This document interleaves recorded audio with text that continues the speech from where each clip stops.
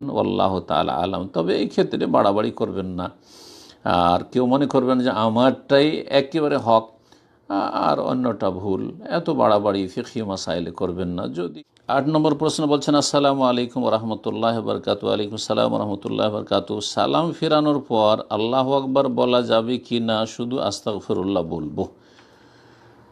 এই বিষয়ে মনে রাখবেন যে ভারত উপমহাদেশের আহলে হাদিস ওলামারা বাহ্যিক হাদিস আবদুল্লাহ বিন উমর রাদিয়াল্লাহু, আবদুল্লাহ বিন আব্বাস রাদিয়াল্লাহু তাআলা আনহুমা থেকে যে হাদিস এসেছে, সেই হাদিস তারা উল্লেখ করে যে হাদিসের তাকবীরের কথা এসেছে, তারা বুঝেছে যে তাকবীর মানে আল্লাহু আকবার বলতে হবে, আল্লাহু আকবার বলতে হবে। তাই তারা একবার আল্লাহু আকবার বলে থাকে, আর তারপরে আস্তাগফিরুল্লাহ আস্তাগফিরুল্লাহ আস্তাগফিরুল্লাহ বলে থাকে, আর অন্যান্য জিকির আজকার পাঠ করে থাকে।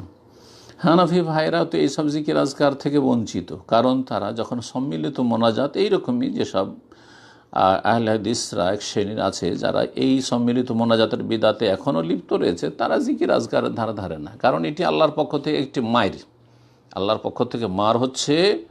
আর একটি বলা হচ্ছে যে যে কোনো জাতি যখন বিদাত করে তখন তাদের কাছ থেকে সুন্নাত ছিনিয়ে নেওয়া হয়, বিদাত করলে সুন্নাত ছিনিয়ে নেওয়া হয়। তাই হয়েছে যারা মোনাজাতের বিদাত ধরে তাদের কাছ থেকে সুন্নতি জিকির আজকার যে রয়েছে, রাসূলুল্লাহ সাল্লাল্লাহু আলাইহি ওয়াসাল্লাম সাহাবায়ে কেরাম থেকে প্রমাণিত অনেকগুলি, সে সমস্ত জিকির আজকার থেকে বঞ্চিত। বরং অধিকাংশ তারা এমন, তাদের এইসব জিকির আজকার মুখস্থ নেই, আর কিছু মুখস্থ থাকলে আমলও নেই। সালাম ফেরার পরে মোনাজাত থাকলে মোনাজাত ধরলো, আর যদি কোনো জায়গায় এখানে দেখা যায় আরব দেশে আসে, তারা হজ উমরায় আসে আর মোনাজাত নেয়, তখন সালাম ফেরার পরে একবার ধাই করে দাঁড়িয়ে সুন্নাত শুরু করে দিল। জি, আল্লাহ রাব্বুল আলামিন মানুষকে সঠিক বুঝ দান করুন। ভারত, বাংলাদেশ, পাকিস্তান আহলে হাদিসের মধ্যে এই প্রচলনটি রয়েছে, কিন্তু আরব দেশগুলিতে আপনারা কোনো মসজিদে বা কোনো আরব আলেমদের কাছ থেকে না সাধারণের কাছ থেকে এটা দেখবেন যে তারা সালাম ফেরার পর আল্লাহ আকবার বলছে, আল্লাহ আকবার বলে না তারা, আস্তাগফিরুল্লাহ আস্তাগফিরুল্লাহ আস্তাগফিরুল্লাহ। আমরা যখন মদিনা মসজিদ প্রথম আসি আর আমরা যখন সেখানে এসে হাদিস পড়ি, তখন এই হাদিসগুলি এসেছে। তারপরে ওস্তাদের সাথে আমরা অনেক আলাপ আলোচনা করেছি, আমরা চেষ্টা করেছি, কারণ আমরা লেখাপড়া করে এসেছি আহলে হাদিস মাদ্রাসায়, আর আমরা আল্লাহু আকবার পড়ায় অভ্যস্ত। আমরা চেষ্টা করেছি আমাদেরটা যাতে করে সাব্যস্ত হয়, আর ওস্তাদ চেষ্টা করেছেন তাদের যেটা আমল রয়েছে সেটাকে মানে প্রমাণ করার জন্য। আর সে সমস্ত আপনার যে ইলমি আপনার জ্ঞানগত মত বিনিময়, তাতে থেকে যেটা সুস্পষ্ট হয়ে উঠেছে যে আরব দেশে যে আমলটি রয়েছে সেটি হচ্ছে আকরাব ইলা সুন্নাহ, সুন্নাহর কাছাকাছি, সুন্নাহর কাছাকাছি। সুতরাং সালাম ফেরার পরে আস্তাগফিরুল্লাহ আস্তাগফিরুল্লাহ আস্তাগফিরুল্লাহ বলবেন, আল্লাহু আকবার বলবেন না। তাহলে যে এই তকবীর শব্দটি এসছে, হাদিস দুটো এসছে এই মর্মে, হাদিস দুটো দেখায়। হাদিস সহিহ বুখারী 841 নম্বর, সহিহ মুসলিম 583।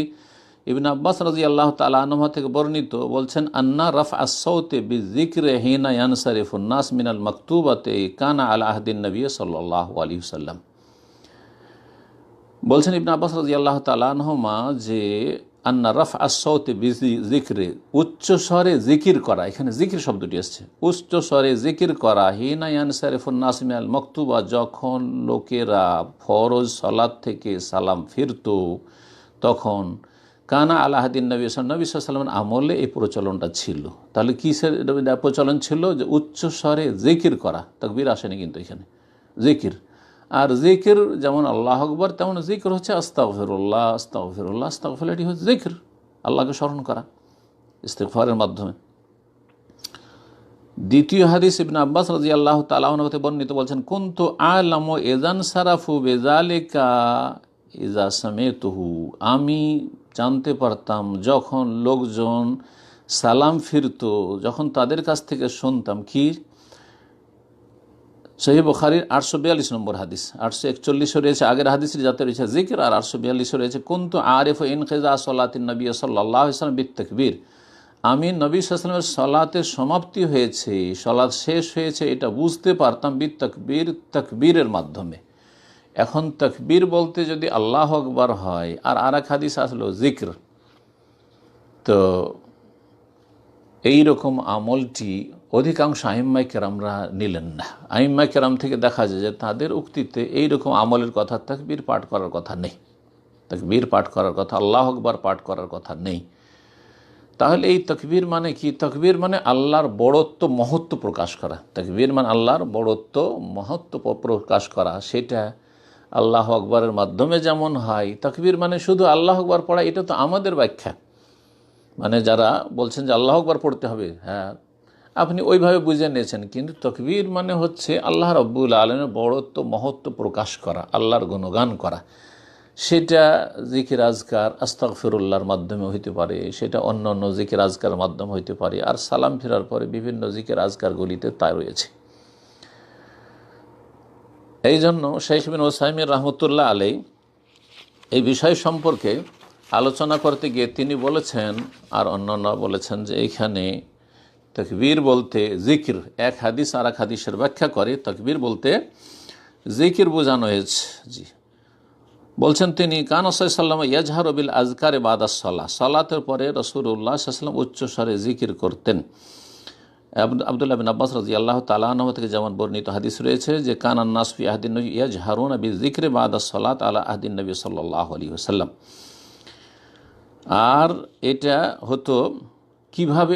এটা হয়তো তাকবীর আর জিকির এই দুটো সমন্বয় কিভাবে বলছেন, লিআন্না যিকরা মুশতামিলুন আলা কওলি সুবহানাল্লাহ আলহামদুলিল্লাহ আল্লাহু আকবার। কারণ এই যে আজকারগুলি রয়েছে তার মধ্যে একটা গুরুত্বপূর্ণ জিকির হচ্ছে 33 বার সুবহানাল্লাহ বলা, 33 বার আলহামদুলিল্লাহ বলা, 33 বার আল্লাহু আকবার বলা।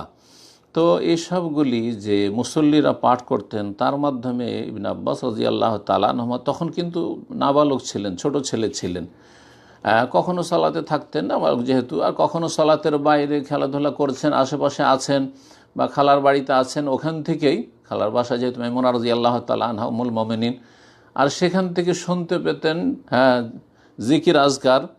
তখন আস্তাগফিরুল্লাহ আস্তাগফিরুল্লাহ আস্তাগফিরুল্লাহ বা সুবহানাল্লাহ আলহামদুলিল্লাহ আল্লাহু আকবার শুনতে পেতেন।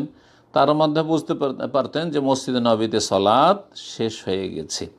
তো শাইখুল ইসলাম কি বলছেন, যে এই তাকবীর বলতে যেই তাকবীর রয়েছে তাসবিহতে সুবহানাল্লাহ আলহামদুলিল্লাহ আল্লাহু আকবার। তো এই হচ্ছে এই সম্পর্কে মত।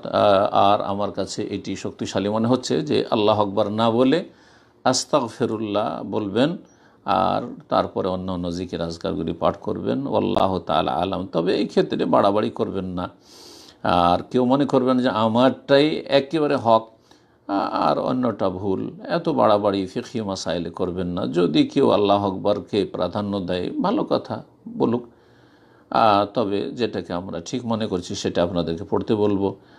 আর যারা আল্লাহু আকবার পড়ছেন তারাও এই কথা মনে করবেন না যে তারা এই জিকির করছে না, বরং সেটা আপনাদের বুঝ ওই তাকবীর থেকে, কিন্তু সেটাই যে ঠিক আপনি কি করে বা বুঝলেন, এটা এত বাড়াবাড়ি ফিকহি মাসাইলে বা ইজতিহাদি মাসাইলে মোটেই বাঞ্ছনীয় না, বরং নিন্দনীয়। আল্লাহ যেন আমাদেরকে সঠিক বুঝ দান করেন।